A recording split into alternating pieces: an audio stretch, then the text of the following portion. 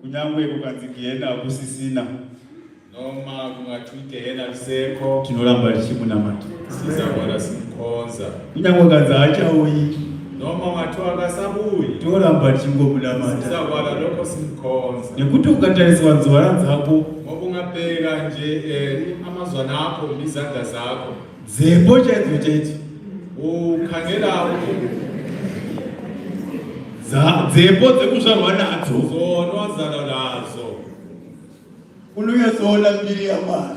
amen ubona nje ingazi kaNkulunkulu wakatora dzekutenga ungadingalezana zokudingwa wodziisa pasaidi uzifaka eceleni kwazo wodzikombera nedzako usuzibhekanisa nezakho unaona kuti dzadzisidzo uzama ukuthi hayi lo mfuziselo nje ukazvitarisa paglasi uzibuka wena esibukweni wotaisa tsiye bheka nje kuthiwa yilo dzako ezakho ngwakho dzekuzvarwa nadzo owazala nazo usati waisapenzura ungafaki incindi leyo unonyatsoona mbiri yaMwari ubona nje ingazi kaNkulunkulu nekuti tinotenda ini ngoba mnenya kukholwa kuti pamamai ose akaenda kulebha kuba bonke omama abayakuzala hakuna akadya nzvara kuti azvare mwana nenzvara akukho wadinga inzipho ukuthi azale umntwana olenzipho dzinongoitwa naMwari zenziwa nguNkulunkulu iye unotaura kamubhaibheri rake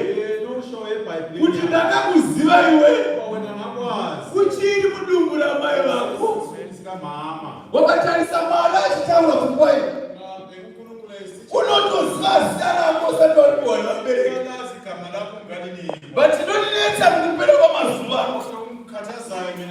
vanhu havachatodi mazita akakuwana vabereki vavo wakamutsvaga pafacebook kuti anonzi tatenda haumuwani anenge ane rimwe zita siyana nenyaya dzevasi well inanziwe pano saka hapana ambondiudzira zvekutaura ende handitori zvekuudzigwa nekuti ivheni kuchikoro aimuudzira nditicha chete saka regai ndingodarikawo napo tichipinda munyaya yedu ine musoro wenyaya unotiro uyai kwandiri regai ndingopfuura napo zvimwe hatizonani nekuti mashoko azvokwadi angatendwa kuti hafambi ziva musi kana nguva kwete wekuya kwaJesu asi yekufa kwako. It's very possible kuti ndichibva pano zveupenyu zvinondiwirawo ndikazorora asi ndikazorora ndakuudzai chinhu ichi ndaita chinhu chakanaka asi ndikazorora ndisina kukuudzai chinhu ichi ndaita chinhu chakaipa. Job chapter 14 verse 18. Job chapter 14 verse 18 in Old Testament. Anovereka ngamanyepo ndoifarira neshona nechirungu anyatsokuti zvakanaka inoti kuti Job 14:18 inoti kuti gomo kana richiwa zviro kwazvo rinopfupfunyuka rinoita zvekupfupfunyuka uye dombo rinobvisa chiregai nota zvanzi nevhesi kana gomo rasvika panguva yekuti rakuwa arimomukiri sisipo rinotanga kungopfupfunyuka zvishoma nezvishoma. Munyori ari kuzama kuti kudii ari kuti mugwendo kwekuenduka auko Aupomuki wabamuyete. Sinongotanga zvishomane zvishoma. Zivisire wabamuyete. Sinongotanga nekufunga kuti vanodya mari dzedu. Wotorega kubvisa. Wava mugwendo wekuetuka. Sinongotanga nekuramba kuimba soprano. Iwe uriwo wakatembwa nechijosi. Ziva kuti wava mumugwagwa. Sinongoratanga nekunonoka musabha school. Pose masikati haurega kutsoka. Ziva kuti wava murodhi yekuetuka. So munyori ari kunyora kuti kana gombo rodonha rinoita zvekupfupfunyuka haro. Vatauri vekwerindofarira vanoti upenzi hwechembere hwakatangira kumahumbwe. Topa akatanga kuti ndoda kuwana mai namai guru. Nanhasi zvinomunetsa nekugara nemumwe. Gomo kana rokupunyuka zvinongotanga nekuridza tsamwa. Hapana chakutadzira. But unongovenga bvudzi rake wotomuridzira tsamwa. Kumisire wako chipike kunotsvaga mheni. Gomo kana rokupunyuka kana rowa gomo rinopfupfunyuka. Zvinongotanga nekugwadziwa naro rakareba. Pedzisire rapfupi. Wotoziva kuti rokupunyuka. Munhu atova mugwendo kuetuka uyu. Regai tibatsira nachiri mangwanani usiku unouya. All services on Sabbath are divine services. Amla kuti wa Sabbath school is divine. Sermon is divine. Zvidzidzo zvemasikati zviri divine.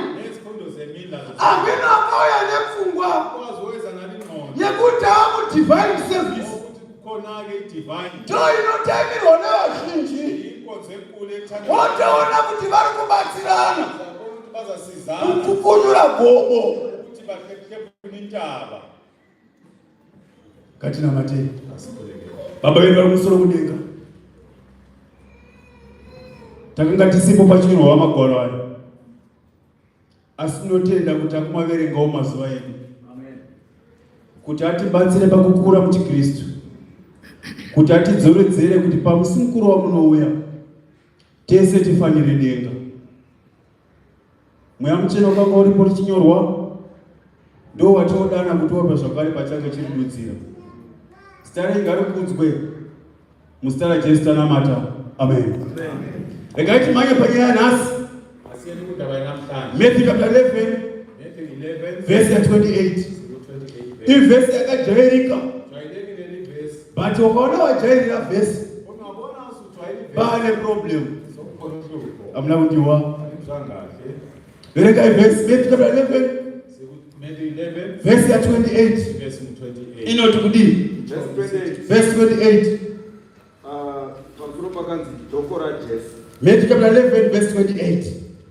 Uyai kwandiri imi Mose. Uyai kwandiri imi Mose. Makaneta. Makaremerwa. Ini ndichakuzorodzai. Amuna kuwa vhesi. Vhesi iri kutiyo. Uyai kwandiri. Dambudziko revanhu rekupera kwamazuva nderekuenda kuvanhu vasina kuvadana. Munhu unongofumanya chibhakani pamba pake, muprofita pano haana kumbodana munhu. Mangwana makuseni motomukira paDavid White vonotsvaga mucheka muchena votosungira musoro vototoda kubatsirwa, asi pane unodana anosiyiwa nevanhu ari kuti mangwani ano uyai mese makaneta uyai kwandiri tirirai vanhu vaMwari tisaenda kuvanhu vasina kutidana vari kumbotizivisa iyo vechibhokani kuti ndava muprofita dai tanga tiri normal taenda kunoti makorokoto tobvapo hatidzokeri futi nekuti wangotizivisa asi Mwari ngavongwe naJesu tine unotidana ari kuti uyai kwandiri asi vanhu hatidi kuenda kwaari instead vanhu vakadzoka mano avo kuti vazvibatsire asi uripo unodana munhu wese mavhesi averengwa atoti uyai kwandiri imi mose maelobhona anokwana machokoleti anokwana vakaita seni vanokwana iwe unokwana ana vanhu vasingadi wakaenda kunana zvibhakani uchitaura shona iye ari wegwanda vanotanga kuita dambudziko bati uyu manje anodana vanhu vose ana basa nelanguage ana basa nezvawakapfeka ari kuti huya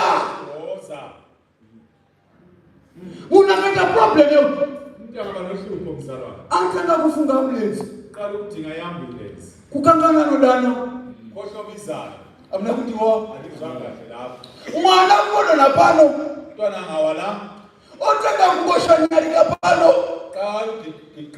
vanotanga kufunga sauti apane magodo here timuzore kukangana anodana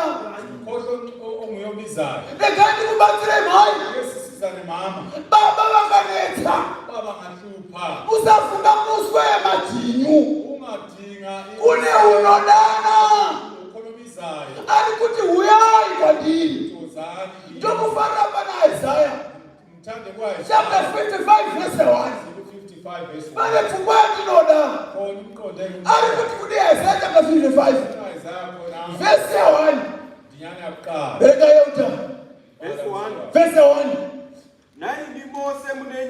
Naini Mose munenyota uyai kumvura zhinji neusina mari uyai mutenge mule ndo panondinetsa zviro kwazvo siri tirege yakadaro ari kuti vane nyota uyai kumvura zhinji vanonyera zvibhakana vane mvura shoma isingapedzi nyota asi unodana uyu ane mvura zhinji anodinetsa chinhu mani anoti uyai mutenge asi musina mari amuna kuwavhesi unoenda muchitoro mosvika wondoda kutenga woti unoda kutengei woti chingwa $10 obva ati hauna handina obva ati ndipe mari yacho obva ati handina amuna kuwa kutobva pamba waudza mai mwana gadzai ndikuya poto ndikuya nemazai iwe utinyazoziva kuti muhomwe yako mari hope irimo iteni gold haikwani chero hani asi otoshinga kuenda kutakshop kunotenga mazai zvinhu zvaMwari so hazinyatsonzwisisiki nevasiri mumweya vari kutaura muvhesi ari kuti ini ndinova pachena kunyange uri kwauri ikoko ukangondidana chete ndinopindura ndiri kwandiri asi vemazuva edu unofanira kutovafambira Amnakuwa. Sando. Ndengane mumkomana. Mina ngiselijaha. Musoye sande. Kuyisonto. Kwayibuda mwe murume pa TV. Kwakukhona into yayibonakala ku-TV. Otanga ku professor. Kaliseke khona ukuprofita kwawo. Iye wenda pa TV. Yena bese sibakhona Otobata TV. abeseyibamba i-TV. Otoda kulutsa. Sifuna umhlanza. Amnakudiwa. Abesisaka la. Kungobata TV. Angabamba nje TV. Tambo dzemagetsi. Intambo zamagesi. Nechifananidzo. La unomfanele. Otota I'm connected. Sisithi na awusengixhumene. Otowa kuda kulutsa. Sefuna ukuhlanza khona. Amnakuwa. Alibamba. Satan is Satanist. Umandla nomsathane. Wakanyepela vanhu. Wadinga abantu. Ene vanhu vanotofunga pfungwa dzake. Abantu bayamkela emqondo. Unofana chinyora.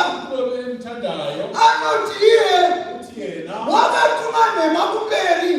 Wakuletha amanga phambili. Shoko atitekatevera kumashure. Amanga aiza ngemuva. Vanhu vakafunga kuti nhema ndochokwadi. Bathatha amanga bathi. Ende nhema dzinotendwa kudarika zvokwadi. Sisamukelela okwedlula. Asitera munhu waMwari. Tine murume anoti uyai kwandiri. Hamuna kuwa ini. Uyu murume uyu kunyora atinyora. Anoti haaneti murume kunyambokaenda usiku unomuwana ari redi kukubatsira. Murume uyu ari kuti uyai kunyora atinyora. Anoti haazii kunyamba wakaenda nguvayi haana nguva yenhani. Asi varume wamazuva edu unawati nzaenda akra unoona Godfather. But this man ari kutidana anoti uyai mose. Hamuna kuwa ini. Anoti uyepo. Zvakamboitika rimwe ramazuva ndakatakwa neasma. Ndakatakwa neasma. Pandasimba kuma 3-2 usiku. Pandaenda paGP. Ndasvikapo ndichinyatsohwa kuti handisi sichakwanisi. Manesi ndokuuya. Ndokuungana pananga ndi pavati mushonga hatina chatinokwanisa kungomuisa paoxygen tichimirira 8 kuti kufamasi kuvhurwa. Apo kuma pasi 3 takataka